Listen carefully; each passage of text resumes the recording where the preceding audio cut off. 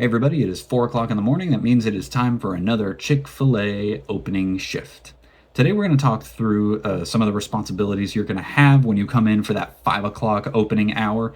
But before that, I just want to remind you, you're going to want to prepare yourself for success as much as possible. You're going to want to have your shoes, your socks, your uniform, and your breakfast stuff all planned and laid out. That way you can just grab it and go in the morning. I don't know about you guys, but it gets kind of hard to wake up at 3:30 in the morning. So you're going to want to be able to do everything as quickly as possible, just in case you accidentally oversleep a little bit. You do not want to fall behind on your 5 o'clock open. And the reason for that is your first responsibility. These may vary a little bit location to location, but there are 5 things that definitely have to be done that the leads don't do. One of those things is tea urns. Okay, the tea urns have to be filled. You have to make 8 urns of tea total. All right. And the reason why that's so important is because the machines, if you've been working at Chick-fil-A for a little bit, those machines take about 10 to 12 minutes to brew a full urn of tea. So you're going to want to get started on those as soon as you get in the door. All right. You're going to clock in, you're going to put your stuff down, you're going to wash your hands, and then you're immediately going to start brewing those first urns of tea. And when you do that, you're going to want to set a timer on your phone or something for the longest time on those tea urns, because you're going to want to grab and then start making those unsweet and sweet teas right away. I mean, unsweet teas, you just dump them, but you're going to need to make quite a few of them. For our location, we have 4 sweet teas and 2 unsweet teas. So that's a total of 8 teas that need to be brewed every single morning. So you're going to want to get started on that right away. All right. So as soon as you walk in, get yourself all ready and clocked in and hand washed and everything. Start working on those tea urns. The next thing that you're going to do, just because sometimes this doesn't happen every time, you break down the lemonade machines once every other day. So if you're lucky and you're scheduled for a non-lemonade breakdown day, then your lemonade machines are still going to be up. They'll be full or partially filled. And so all you'll have to do is just top them off. Okay, that's the easy part. The hard part is when you have to reassemble the lemonade machines. Okay, and this is where the night shift is really going to need to be helping you out here. Night shift needs to make sure that they leave you enough lemonades to make it through open. Okay, if you fall a little behind, like you don't have enough stocked up for after you've got all the machines filled, that's perfectly fine. Your lead knows how to arrange their people in order to get somebody able to bulk up lemonades. Your main focus is going to be getting the machines together, which you will learn how to do before you're open. And if you don't know how to do it and you're scheduled for an open, go ahead and say, hey, I've never reassembled one of these machines. I'm going to need somebody to help me out with that. And they'll be happy to either help you themselves or get one of the other trainers who's done an open before to help you learn how to reassemble those machines. All right, so that's the next thing that you're going to do. All right, and once you've got that, let's assume that your lemonades are already done. You don't have to worry about them very much. So the next things that you're going to want to do, you can play around with these however you want. You've got tables and chairs.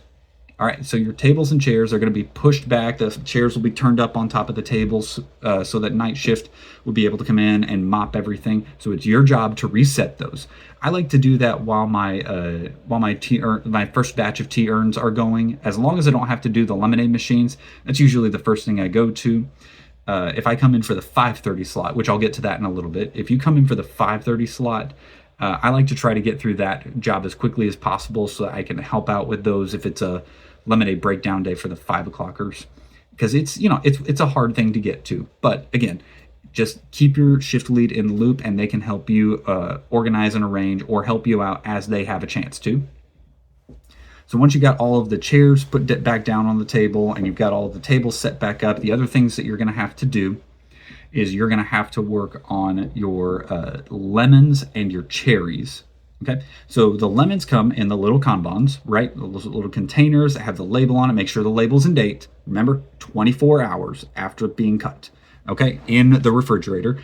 Once you've got those, what you're going to do is you're going to put ice in the bottom of that little lemon container. All right, and that'll keep it cold while you're serving the guests. And you're going to fill it up with lemons. You got 2 of those, one in drive-through, one in front counter.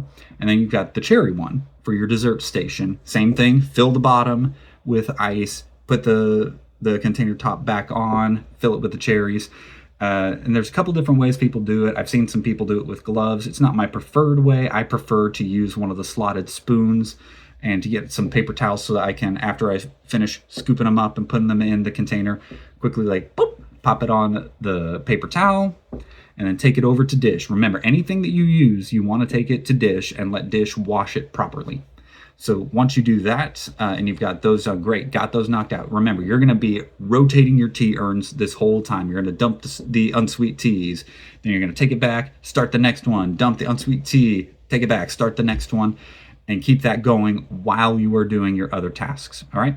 You're also going to need to make coffees for the day. This is vitally important. We, on our location, we have and this is a Thursday actually. So we have a Bible study group that comes in every single Thursday morning, and all but like 2 of them get coffee. So Thursdays, we have to make sure that we have all of our coffees set and ready to go right away. Don't forget about your tea urns. I cannot stress that enough. Don't forget about your tea urns.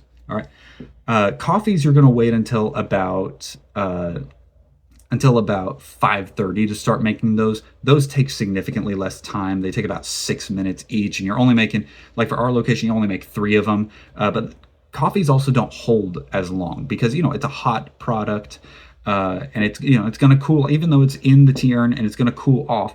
Or it's going to keep it warm. It's going to cool off eventually. So you want to make those as close to actual open time as possible so that you're not risking holding coffee too long, it getting cold or getting to the spoil point. So once you've got all that lined up, there should be 5 things total that are your responsibilities. Okay. You got teas, lemonades and lemonade machines. You got coffees, you got chairs and tables, and you've got your lemons and cherries. All right. Those are your 5 main responsibilities for your open shift. Now, the fun one is the 5:30 one. The 5:30 one, you are specifically refilling Conbons. Okay. So you've got your shelving units where you've got all of the sauces and the salad kits. Those things, they're going to be pretty empty after closing is done. And closing shift has a lot of responsibilities on their hands. They can't really get to that. So the 5:30 shift comes in and refills those Conbons. All right, so what I recommend you do is as soon as you come in for that, if that is your shift to come in for, I would kind of get a layout of where your 5 o'clocker is at. If they're doing a lemonade breakdown day, I would see if I would offer, just say like, hey, if you're having a tough time getting to tables and chairs while you're taking care of the lemonade machines and the teas, I'll help you out with the chairs as soon as I get stuff done.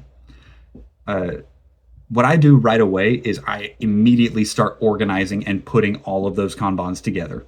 All right, you're gonna want to stack like all your forks, all your mayonnaise, all those things, keep them together so that you can quickly just take the whole stack over, fill them up one by one, take them all back together. You're going to keep this process as fast as possible. You only got 30 minutes, and sometimes you got to do all of them. There have been several times I've come in and I've had to do all 10 forks, all 6 spoons, all 6 cutlery kits, and a big old handful of sauces and the salad kits.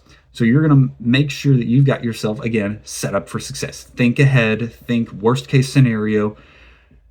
What do I need to do to get at least as close to functional as possible? And it may be that there's so much to do that you may just need to prioritize for, okay, how do we get to 9 o'clock? How much can I get done that's going to get us to 9 o'clock? You may only be able to do like 4 forks and 3 spoons, 3 cutlery kits, and a few salads.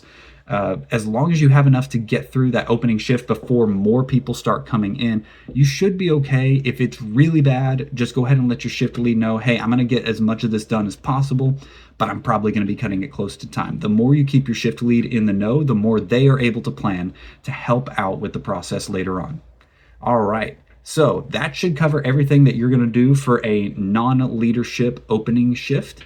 All right, remember your 5, okay? Your core 5, teas, and teas. Lemonade machines, your coffees, your chairs and tables, and your lemons, and cherries. And then you've got your Conbon person. Sound good? All right, everybody, if you've got any questions about a Chick-fil-A open shift, please let me know down in the comments. I'd be happy to fill you guys in on anything I have. I'll see y'all later.